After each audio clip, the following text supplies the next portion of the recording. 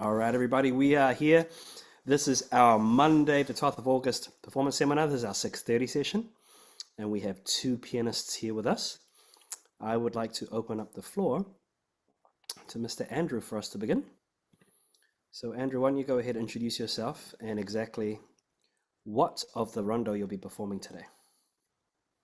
My name is Andrew, and I'm going to be playing the first and second pages of the rondo.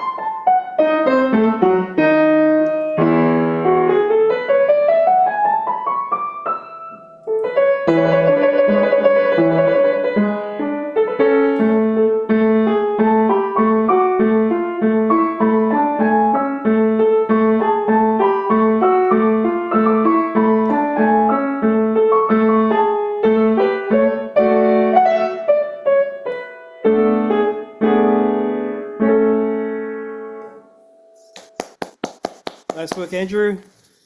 Good run. Good first run for these 2 pages. You want to give us your thoughts now that you've run it? That was probably the worst one I've ever done, but In what way? Why was it so bad? What were the things that went wrong and why? I mean, my finger kind of slipped on the keys a few times, so Okay. yeah. Why did they slip on the keys? Are you not playing into the keys enough? Are you unsure of the notes? What's the reasoning behind that? Are they sweaty? Yeah, kind of. Okay. All right, so that can't really be helped, right?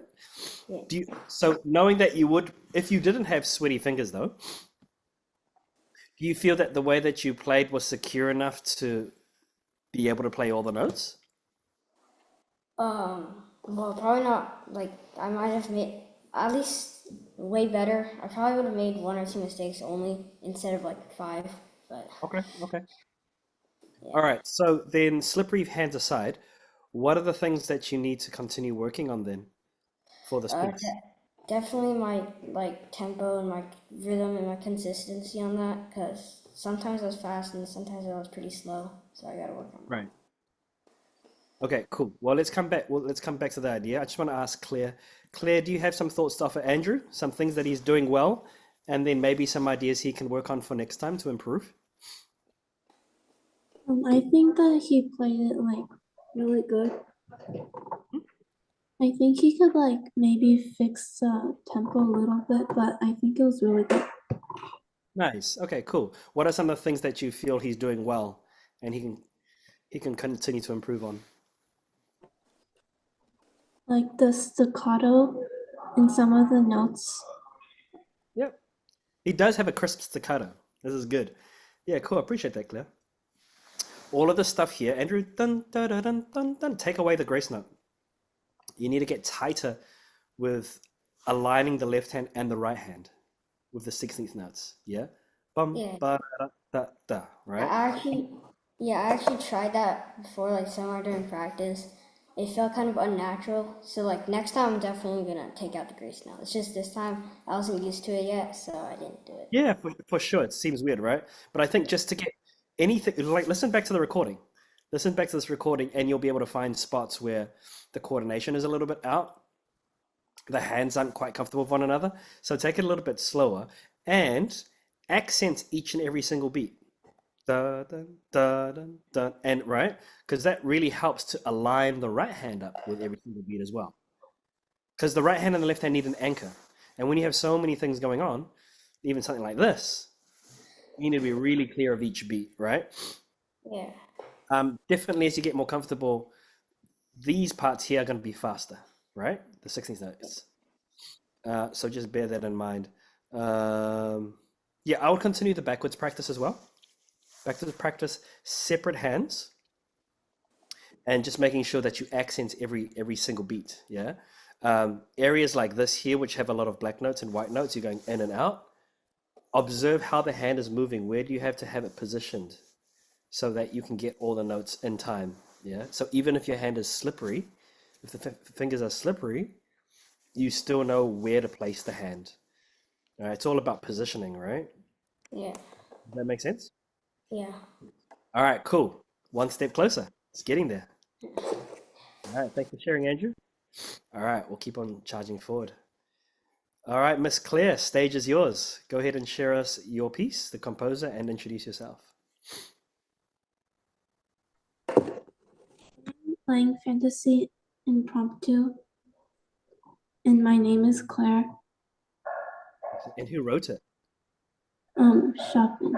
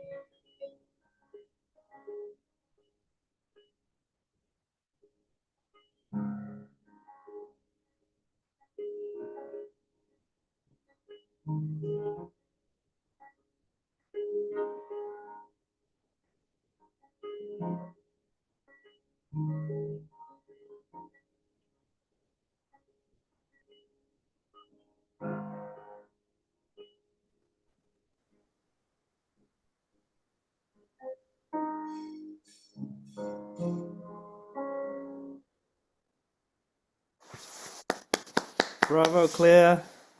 How's it feel to run the whole piece?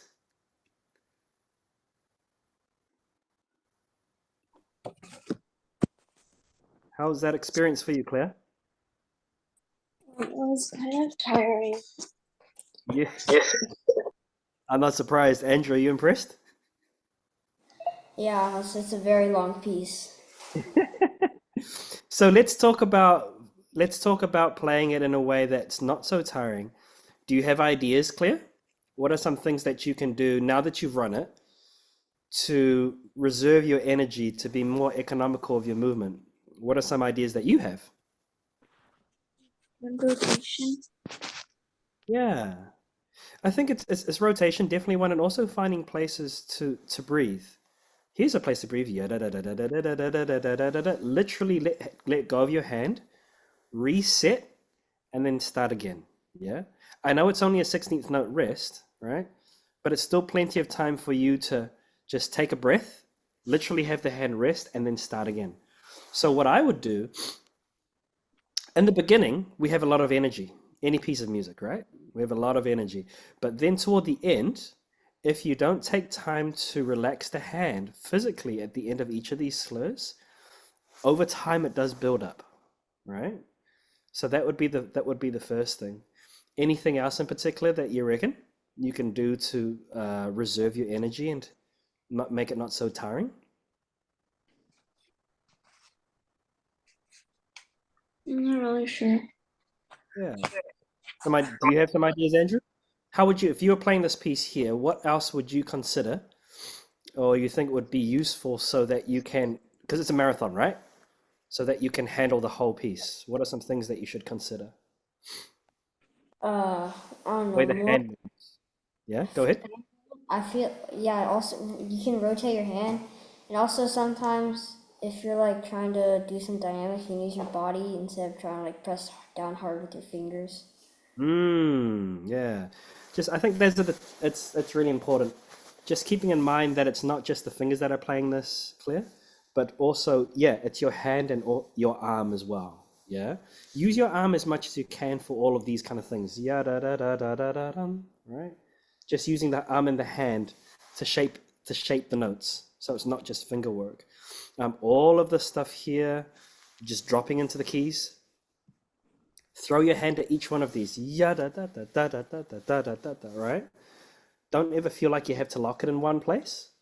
Make sure that you're always shaking into the keys, especially because it's a big octave leap, right? For all of the stuff here. I thought you played this beautifully. What did you think of your balance though? Between the right hand and the left hand, do you feel that the left hand was at the right dynamic, or do you feel it could be brought back a bit? Yeah, I feel Yeah. like I kind of played like both hands at the same Well, time. yeah. So experiment with seeing if you can pull back that volume a bit and just more weight into the right hand. Yeah. Um, Figure out as well places it doesn't all need to be played at the same speed. Sometimes when you get to the top of the phrase, da da da da da dum dum, right? You can just slow down a bit there, and then as it goes, ya da dum dum ba dum, it can move just a little bit more. Yeah? So I would actually practice playing the phrases, the melodic line, and figure out the places where you feel that you can push the tempo and places where you can pull back the tempo toward the end of a phrase. Yeah? Does that make sense? Yeah, How is your left hand? Is your left hand okay, or is it more the right hand that's a little bit sore, or is it just both? mostly the right hand. Right hand, yeah. So you could do two things. You could practice letting go after the E and then letting go after the G sharp. Da da da da da da dum. Just stop there and just reset the hand. Then ya da da da da da da dum. Right? Just put little pauses for yourself in there. Eventually, make the pauses shorter and shorter and shorter and shorter until there's no pause at all. But you've already internalized the space where your hand lets go and breathes. Does that make sense? Yeah. Split it right up, Claire. Split it right up, and I would just do that. So start from the last page, from this last A section. That's what I'll do, and then work your way backwards. Yeah. Other than playing with more economy and just reserving the energy, is there anything else in particular that you want to improve for next time, or is that the main thing? Also kind of like the rhythm. The rhythm? The rhythm actually wasn't too bad from this end. It wasn't too bad. Whereabouts in particular were you worried about? I feel like I'm playing the middle part like more slowly than just You're playing the middle part more slowly, did you say? Yeah. Yeah, that's fine. I wouldn't play it too fast. That way, and the thing is that with the rhythm, it's there, it's almost the way that he's written it should feel like it's been improvised. Yeah. It doesn't need to be exact, right? But we'll let you know if it's completely off, obviously. But be free with it. What needs to be played in time is the left hand. Traditionally, when we play Chopin, the left hand stays in time, and then the right hand slightly bends around it. Yeah? So you can push and pull it. All right? So don't worry too much about it. For now, just make sure that the first note of each of the rhythms lands on the first beat. Yeah? Just keep that in mind, whether it's the first beat or the third beat, whatever it is in the music. Yeah. Yeah, even things like this, you can just take a little bit more time with it, stretch it out, the septuplet over here, and then land together on the E flat. Does that make sense? Yeah. All right. Cool. Excellent. The thing with Chopin is that he loved the voice. He loved, especially opera. He loved an opera composer called Bellini. And he loved hearing these runs. You know how opera singers, they do those runs really high and it goes on and on and on? Coloratura is what it's called. He wanted to imitate that in his music. And so often you hear these big jumps. Bum, bum, right? Or bum, bum. And that's him actually imitating how the voice would sing and all this acrobatic stuff over here. So just bear in mind, imagine playing this, but you're imitating the voice. What that might sound like, okay?